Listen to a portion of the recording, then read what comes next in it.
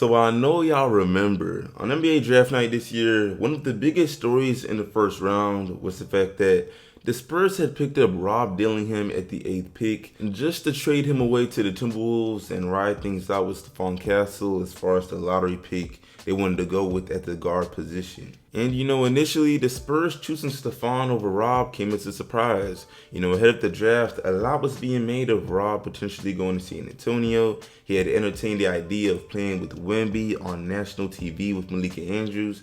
And most importantly, he entered the draft fresh off an amazing year hooping at Kentucky. Now make no mistake, I understand Stephon was fresh off winning a college basketball title, a whole chip. So his draft stock was nothing to brush over either, but as an individual player, it seemed as if Rob had shown just a bit more at Kentucky. And yet, the Spurs didn't think so. And so as a result of this draft day decision, Rob and Stephon have been compared quite a bit ever since the draft. All throughout Summer League, I saw Spurs fans vouching that the team had made the right decision. And then I also saw just as much Timberwolves fans swearing up and down that they fleeced the Spurs. And it was all cool. As the NBA season was approaching, me personally, I was just looking forward to seeing who was going to hit the ground running faster out of these two players. But unfortunately, we're about 7 to 8 games into the season, and let me tell you, neither of these guys have shown much. We gotta be honest. Now, on Rob's end, he hasn't been given much opportunity. He's played in just 11 minutes the entire season at the time of this recording, and the T-Wolves are 8 games into the season. And then on Stephon's end, he just hasn't been very impressive. So yeah, today we're going to talk about it and dig into what's going on with these two rookies who I expected to be pretty high. I ain't saying I expected these boys to be averaging 20 a night as rookies, but sheesh, things started out slow. So yeah, y'all go ahead and let me know in the comments, bro. Am I jumping the gun here, or have things been pretty underwhelming between the Rob Stephon dynamic to y'all as well? And yeah, man, really quick before I go any further, what's up YouTube? Plug Speaks, back with another video. If you're new, first of all, welcome. Go ahead and sub. Also like the video if you enjoy. I upload quality basketball content and we're on the grind for 5K, so I'd most def appreciate it. I appreciate every single viewer. But yeah, man, back to the video. So I want to start here by acknowledging that Rob and Stephon are obviously two very different players. Although they're both guards, their strengths are pretty independent of each other, and it's important to mention this because ultimately, whoever you think is better will honestly depend on how much you value certain skills over others. You feel me? So yeah, when it comes to Rob, his best attribute is easily his scoring. His impressive shot creation skills and tough shot making ability. The man can really get his shot off against anyone. And then after that, it's playmaking. As far as playmaking, he's very capable as well. It's fair to say he's got a good eye for his teammates and whatnot. But after that, that's basically all she wrote, because his defense is easily his biggest weakness, and even what some would say is part of the reason he hasn't been receiving minutes. However, I'm not willing to concede that narrative because the T-Wolves knew they were not getting Patrick Beverley when they drafted him. They know they wanted offense, and that's what they got. So I really cannot vouch to that narrative. But overall, that's a very quick snapshot of Rob's general skill set. Now, when it comes to Stephon Castle, he's easily the more versatile and well-rounded player. He's got more height on him at 6'5", he's a bit more bulky, and overall his best attribute is his two-way ability. As a scorer, he's not nearly as electric as Rob. However, in college at UConn, he showed some impressive slashing ability, a willingness to shoot the 3-ball despite not being great at it, and also some mid-range ability. He could hit a jumper from time to time.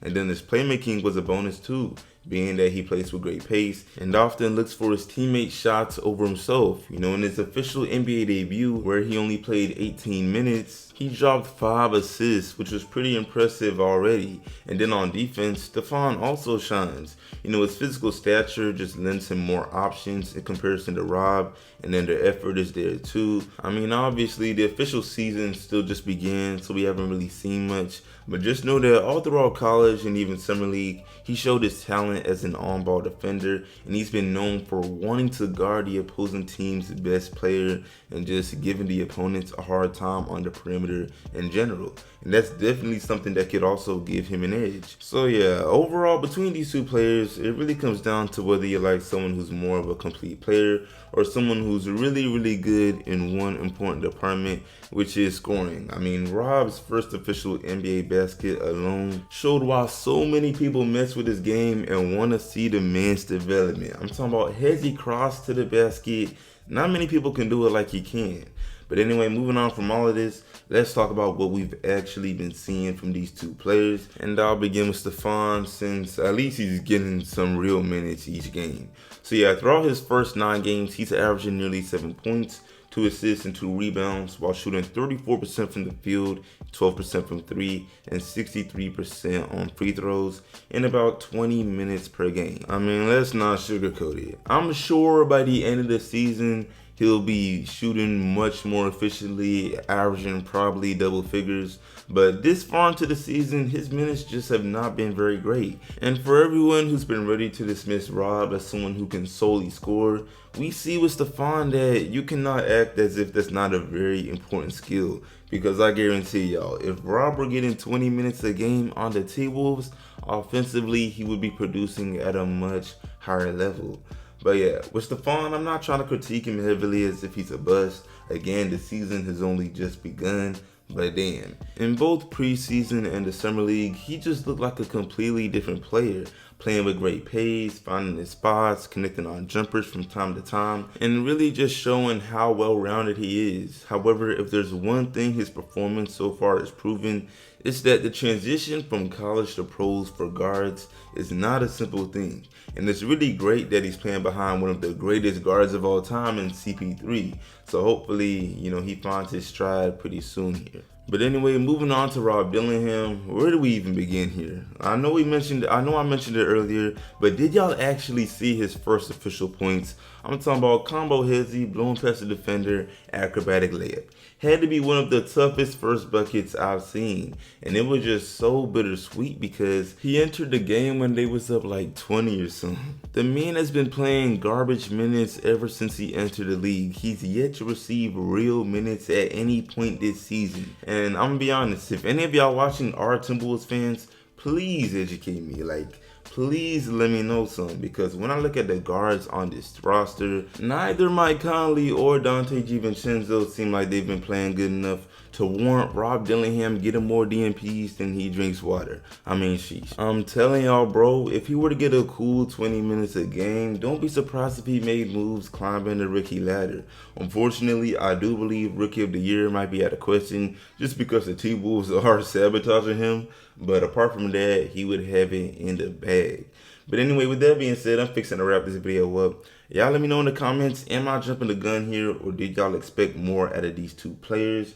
Also, who do you believe will be the better player? Go ahead and get toxic. Let me know, do you believe the Spurs made the right decision with Stephon, or did the T-Wolves fleece the Spurs with Rob Dillingham? I don't know, only time will tell. But yeah, I appreciate y'all watching, man. Like the sub, share, sub if new. I'll see y'all in the next one, and I'm out.